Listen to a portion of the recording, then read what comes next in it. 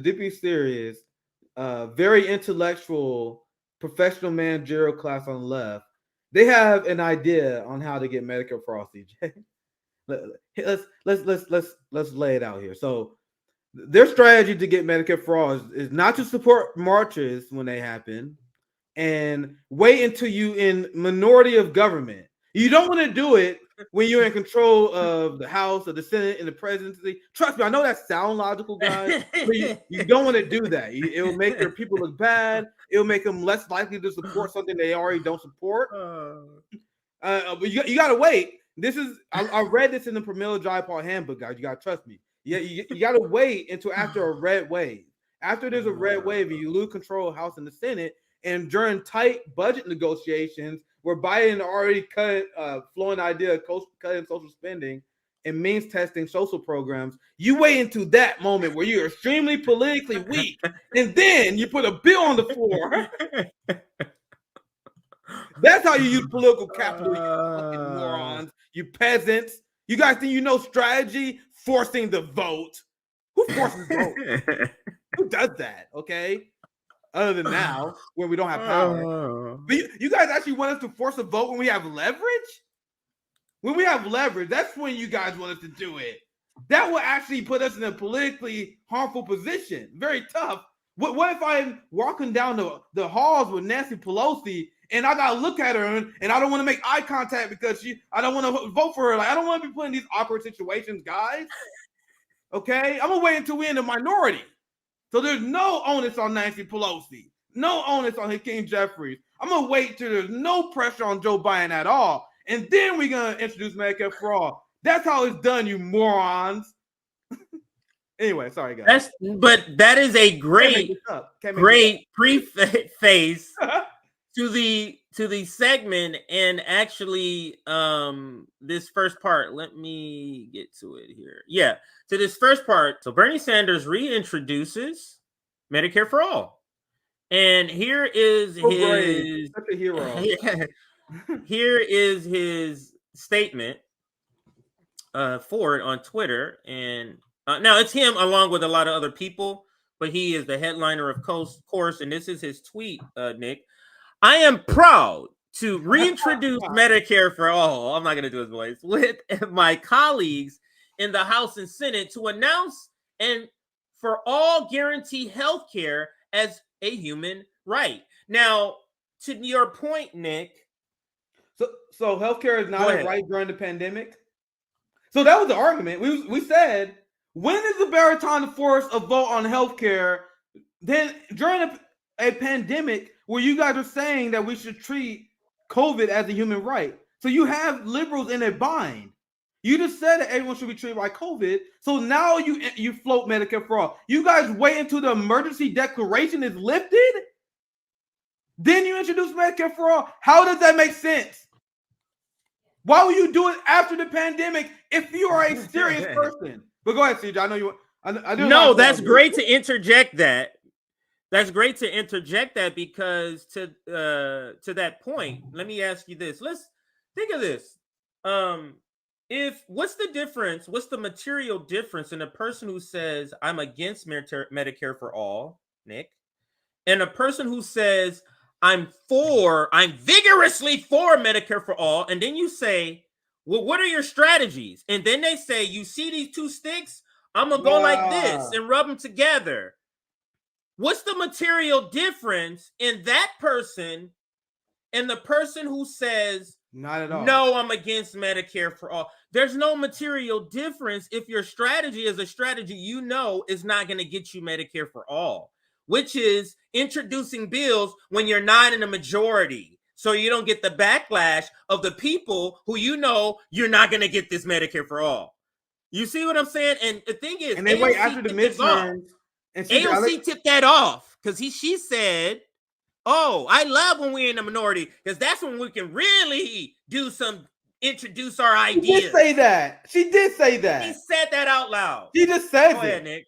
Go ahead, Nick. And notice they also wait till after the midterms though, because they don't want to put pressure on Democrat donors. They don't want Democrat donors like Big Pharma and Moderna to get cold feet because they got Democrats proposing Medicare for all. during the middle of the midterms. So they wait till after the midterms to do it. Go ahead, CJ. That's terrible. So let's get to just a couple of more. But actually, let me read the release. I think this is a release. I think that's what you call this. U.S. Senate Committee on Health, Education, Labor, and Pension Chairman Bernie Sanders. News: Sanders, Jayapal, and Dingell, more than 120 colleagues in House and Senate, reintroduced Medicare for all. And then they kind of go into sort of like their breakdown. To me is really no need, but they list these people. Now let's talk about some of the people here. You see Elizabeth Warren. I thought Elizabeth Warren wasn't for Medicare for all. I thought, could have swore. You see Cory Booker on here. You see Richard Blumenthal on here. You see Ben Ray Lujan. I don't really even know. And this is another disgusting strategy they do, CJ. Yes, you see where I'm going. Go ahead. Oh, sorry. I didn't mean. No, you go ahead. Because they allow these neoliberal scumbags to be able to put the name on this legislation when they know it's in the minority and not going to pass. Like, when you sign up on this bill, this is why forced to vote was so important, because they had the majority. Nancy Pelosi is on the line. Will you vote for Medicare for all when you had to put Biden you put Biden in pressure where he had to veto it, Senate in pressure where they had to strike it down? Will you do that? They would not. So they will sign up for Medicare for all when they know it's not going to pass. That's why Pramila Jayapal is a traitor and actually an inside agent for the establishment. Because you want to know who else used to brag about that they had their name on Medicare for all? Kamala Harris. Remember when Bernie Sanders first introduced the bill and Kamala Harris signed up with it? And then she said she used to brag about supporting Medicare for all before she made her Hillary Clinton pivot. So I believe that Pramila Jayapal and Bernie Sanders know exactly what they're doing. They put these bills out here and allow the Democrats to use them as PR, even though they are shills of Big Pharma, like Cory Booker, who has struck down legislation to decrease drug prices in the past. That's how corrupt Cory Booker is. That's what I'm saying. You guys are going to allow him to put his name on your bill and do PR because you know it's not going to pass. You guys see the role that Bernie and Pramila Jayapal play. They are not the best among us. They play a very particular role for the establishment. Go ahead, CJ. Yeah, and to that point, these bills that they write, these are literally campaign tools. This is so they can go, I fight for you guys. I introduced a so-and-so bill. That's literally why they have 120 co-sponsors. Do you think they had 120 rallies for Medicare for all? Exactly. Did they have 120 rallies? They didn't support the March for Medicare for all. At all. So, here's a video I was looking for. It's only 10 seconds. They even have the younger the newer members participating. You already saw Maxwell Frost. You saw the video. He was the one that posted that picture of Bernie Sanders. You also have Summer Lee participating in this virtue signaling that they're doing. I'm Summer Lee, Congresswoman representing PA 12. I am for Medicare for all because in the wealthiest nation on earth, no one should be without health care. And that's why I'm a proud co-sponsor of this bill. Period. I'm Summer Lee, Congresswoman representing PA 12. I am for Medicare for all. It's really a shame, Nick, that the best among, or the so-called best among us, are literally dangling this Medicare for all thread to keep the working class invested. Because what they do, Nick, is they know people are so disaffected and go, I'm done with this shit, man. When they don't promise. And so what they do is go, well, when they're in power, let's introduce a bunch of bills. We know it's not going to go anywhere, but at least they'll see we're fighting when they're not fighting. If you introduce bills when when you're not in power, you're not fighting for us. But they use it as campaign tools, which to me is absolutely disgusting. Go ahead, Nate. Yes, you're on point, CJ. It's absolutely disgusting what they do. And why is there not more anger at this? Where you are tugging at the heartstrings and trying to manipulate and take advantage of the most vulnerable among us, people who don't have health care. And how does it make sense for you, Bernie Sanders, Pramila Jayapal, Ilhan Omar, AOC? how does it make sense for you guys to endorse Joe Biden before this? If you're serious. So Joe Biden said he would veto Medicare for all if it ever hit his desk. Are you going to mention that at all? No, not only are you not going to mention that, you're going to endorse them before you put this bill out. So how should it be done, guys? I know you guys understand common sense. In a rational reality, you will put this bill out and say, Joe Biden, if you do not support this bill, if the Democrats do not support this bill, not only will we not vote for you, I will rally my email list to vote against you in a third party. That's how you wield political power. But the dumb left, the professional managerial class, is trying to pretend they don't understand that. They are gaslighting motherfuckers, guys. Do you guys think that these Harvard-educated, Yale-educated, political science studying motherfuckers do not understand this basic concept I just explained to you? They are doing this on purpose. Pramila Jayapal's job is to lose. Bernie Sanders' job is to lose.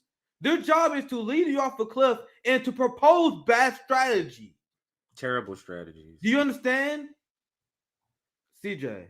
Spot on. This story really upsets me because healthcare is one of my trigger issue, guys. Yeah. My tell people why, if you don't mind. Yeah, I was just going to say, if you don't mind. Yeah. Yeah. Like, I don't have healthcare, guys. People like, Nick Cruz is a grifter. Nigga, you got healthcare. I don't. And you calling me a grifter? My family don't have healthcare. I got multiple friends who are working as quote-unquote independent contractors right now. Our workout strategy is eating broccoli in the morning. Hope that shit works. That's my strategy. When I'm not feeling well, I'm not going live. I gotta make sure I chill for a day, make sure I'm good. No, because when I think about it, it's funny, but when I think about it, it's just think about the jokes that comedians make. The ones that grew up poor, and they go, yeah, when I was growing up, what's the one with Chris Rock? Tussin. Tussin, put some tussin on it. Oh, you got this. It's funny, but he's talking about how people have to live with ailments and living through struggling, getting sick without health care. And it's made into a joke. Usually pain is made into a joke and so you can live through it. But those jokes are talking about and it's speaking to that need or that lack of health care in these communities. Oh, put some tussin on it. You got this virus. Put some tussin on it. You got this.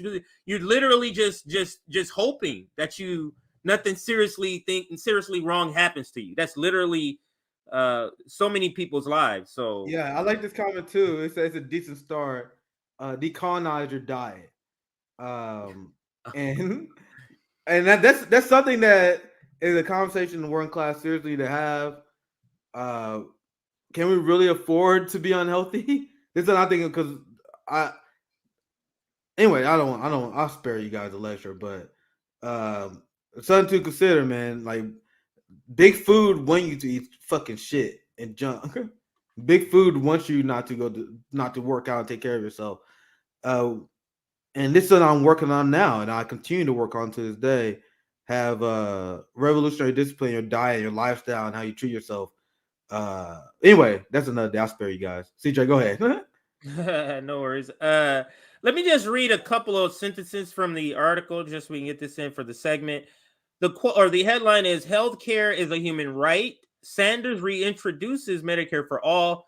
The subheadline: Universal health care could have prevented over 338,000 lives, COVID deaths, research has found. Yet, the people who are most serious, supposedly, only introduce this bill when they're in the minority somehow. I inserted that. This is by Sharon Zah. I think that's how you say her name. It just was written on the 17th. This rally, and we'll play a little bit of footage of this rally from this picture here that they did. Again, this is just virtue signaling. Photo op. They're literally not. They're literally going to go back to their office and not materially do anything. There weren't going to be any planned protests. Why aren't they doing that? None of this stuff is going to happen to actually tangibly get it. So professional managerial. It's such a professional managerial thing to do. And the professional managerial class is going to be people who fall for this stunt. Yes. Oh, praising him. Just wait. Kyle Kalinske got a video. That's everybody. Right now. It's already out. They already put him out. They already put him out, Nick. They already put him out. Common Dream has already written up the article praising him. Jesus Christ, I'm just waiting for Jacobin. I gave him too much credit. I gave him too much credit, assuming they didn't do it already. You already know Rational National. Yeah. David He has no other content to put out. They haven't been putting out a lot of content. It's not a lot of content for them to put out. Yeah, not a lot of pro-progressive thing going on right now. Let's read. So for his first time as chair of the Senate Health, Education, Labor, and Pension Committee, Bernie Sanders has reintroduced legislation to establish universal health care across the U.S., the only wealthy country that doesn't guarantee health care coverage to all citizens. The Medicare for All Act would provide health care for all, including visits to providers of primary vision, dental, reproductive care, and more, without out-of-pocket expenses and insurance premiums. Prescription drugs would also be covered, and the government would be allowed to negotiate prescription drug prices with pharmaceutical companies. And I can stop there. Go ahead, Bernie. Yeah, talk dirty, Bernie. You know exactly what we're going to hear, don't you? Yeah. Oh, and I was going to go ahead, CJ. I was going to stop here sort of for the same reason. This is basically a Christmas list that you're getting excited about. Yeah. No idea that you're not getting everything on this list. There are most of the things on this list. You know what I mean? It's like saying my Christmas list. I have a Ferrari. I have a Land Rover on my Christmas list. And you're reading this bill as if these things will actually be enacted, and literally those list of things, the party that he belongs to doesn't even want this. This is like the list that us kids used to make. Like, man, what would we wish for if we actually got all the Dragon Balls? Like, we always ask ourselves this question as kids growing up watching Dragon Ball Z. We watched Aladdin growing up, right? We was like, man, if I had them 3 wishes, like the kid in Aladdin did, what would I wish for? If I got all the Dragon Balls, what would I wish for? That's what this is. They're like, we gonna make our bill so you don't have to negotiate with Big Pharma. We're gonna have this bill that covered dental, all this shit. They know none of this shit's about to fucking happen. They know your party is not going to allow this to happen. Joe Biden is the president. Joe Biden said he would veto Medicare for all if you found a way to get it through the House and the Senate. Grow up. The Dragon Balls are not real. Grow up. The Dragon Balls are not real. Get a real strategy, okay? Right, and you know it's not real. That's why you're introducing it now. And what I also wanted to say about this, and why I think it's the part that to me is kind of despicable, is that they know you are in the halls of Congress. You know the people you talk to. You know Nancy Pelosi. You know. I mean, let's look at this one thing right here. This is such a thing that's not gonna happen, and you're acting like this is real, man. So you got people who will donate to this, and we got another story we get to the Squad Victory Fund. They have a victory fund, man. It's unreal. But anyway, the point that I'm making about this is one of the things. So you would have like somebody like my mom, Nick, that would listen to this. Wow, it's a great idea. I need medication. You know, these medication is really eating into my fixed income, and it just keep getting higher and higher. So I'm gonna go ahead and give you my last $10 if you're really gonna fight for this. And they're not really gonna fight for this. They're not gonna really fight for this. That's what's disgusting. So disgusting. So disgusting. Oh man, it's terrible. It's like telling your kids, yeah, everything on your list I'm getting, and you got $10 in the bank, Nick. Everything on your list, son, I'm getting that. Everything on your list. Why would you say that to your child? Why would you say that to people you know you can't do that? And people are going to literally donate to you, Bernie Sanders, based on this, thinking you really are going to try, and you're not trying at all. Go ahead, Nick. I'm sorry to cut you off. Go ahead. That's why they don't have an answer to that question I asked Marianne Williamson. The question I led with, she filibustered it till I nailed it in the wall. I said, why should we spend this money again? Why should we spend? I want you to explain to the people who are not aware about this stuff, because people need to understand. This is what Crystal Ball don't understand. When you interview presidential candidates, it's for people who are not informed on the issues, right? So I'm like, okay, I want you to explain why people should donate to you when the Bernie movement has been a failure. And she said, when I pressed her, if you feel the way that you do not vote for me. Do not donate to me. That's her saying it's a fraud. Like, if you actually believe, if you believe in resource management, if you believe that we should spend money on stuff like Tour for the Poor and other stuff that actually matters, you don't want to get on board. Props for Marianne Williamson for being honest. But that's why I said I got the what was it, talking points that I wanted, whatever. I think every that vows try to act like you. They still try to pretend that's a gotcha. Yeah. They say, yo, you trying to use gotcha. My sound bites. That's what you said. Sound bites. That's what I said. That's what I remember. Yeah. I was like, yeah. These are the people who criticize me for that funny. Are people who clearly don't watch my channel, because I told you guys I'm the most biased commentator there is. I am advocating for the proletariat. I am a Marxist. I am advocating for a Marxist third-party development strategy. So the soundbite that I want is, I want Marianne Williamson to tell you guys that to not donate and don't vote for her. And so Marianne Williamson, during my interview, said, if you guys feel the way that we do not vote for her. And I'm like, thank you. You gave me the soundbite exactly what the fuck I wanted. That's what I meant.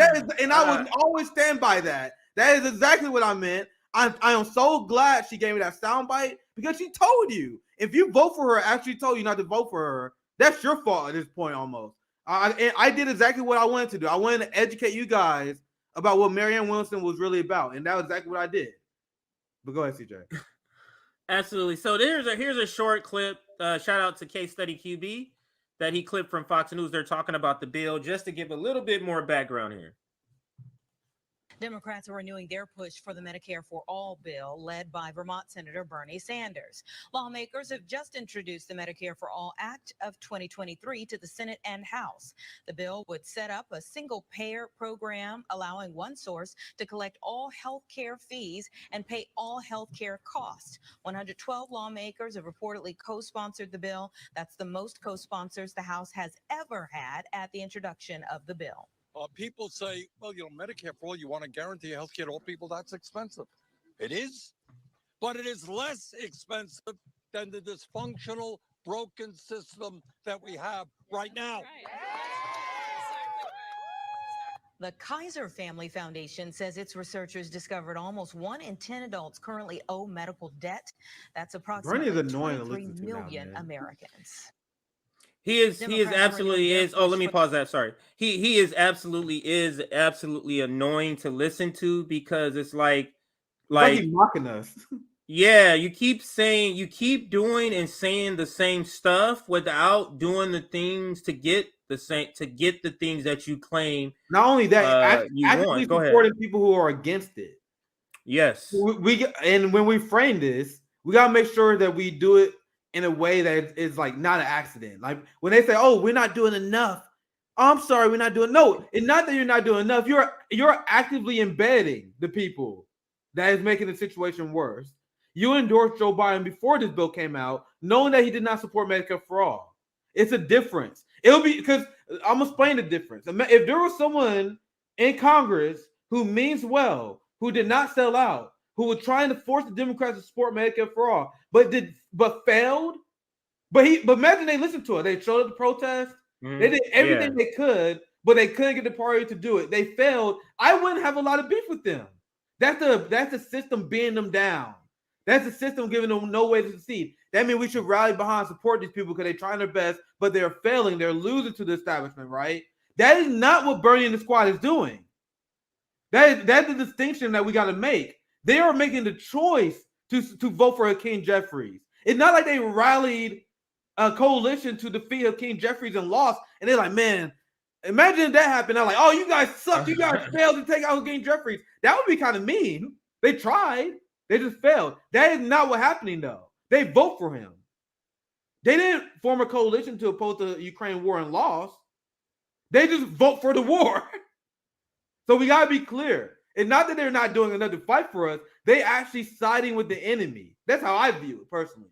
But CJ, go ahead, continue. Just this receipt here from Jimmy Grower. His reaction to all of this fanfare about this new reintroduction of the Medicare for All bill. Remember, force of vote was just theater, but this political move where you wait till your party loses power to introduce important legislation, then use 0% of your leverage to get it voted on or implemented isn't theater. So this is useless theater here. Where it's supposed to vote, I wouldn't even say could have tangibly actually produced things if they asked for things like the Freedom Caucus asked, like things that is part of the government structure, not just the voting, like saying like, no, you can't be the only one that brings bills together, like stuff like that. They could have put restraints of her power, of Pelosi's power. None of that. Oh, we'd rather go out to lunch with her and hang out. That's all. That's who we have. That's the best among us, to quote Nina Turner. Now, to kind of sum this up, there is one more receipt here I want to show, unless Nick has another receipt. There is one more receipt here I wanted to show to sum up this segment. Not that one, that's the Assad. I'm sorry, that is mixed in with my Assad segment here, but it is. Oh, here it is. Like I said earlier, they even have Maxwell Frost in on the scam. They have Summer Lee in on the scam. We showed her video. Just wanted to show you a little bit of Maxwell Frost. They literally are putting these things out here. Not as a rallying cry. I'll turn the sound off. Not as a rallying cry to say, hey, let's all organize. Let's get together. 12 rallies in 12 months. Go. That's not what the video is. Simply to go, look, guys, see, I'm for Medicare for all. Look, I'm doing what I can do, even though what I can do is not enough to actually get you Medicare for all. But we all got it, so we can move slow like this because everybody here has Medicare for all. Go ahead. Yeah, you can continue. Okay. All right. So let's listen to a little bit of what he says. I mean, it's kind of hard, but let's listen. And I remember looking at the doctor and the nurse and specifically the doctor and saying, I have a question. If we were very wealthy, what options would be available for my grandma in terms of care and in terms of her being more comfortable? We were there for about 30 minutes as he explained the different things that were not available to my family and I because we were not of means and are not of means. I think about that moment all the time because the morning that we put my grandma to rest in Hialeah in Miami, Florida, I remember that night going to my hotel room and saying, not one more. Yeah. Not one. I'm just gonna stop it there. I'm gonna stop it because it's disgusting to use your own. Imagine could you even imagine, Nick, you using the story of your grandparents to sell working class people something that you know you're not gonna get? How disgusting is that? Imagine how black your soul have to be to do something like that.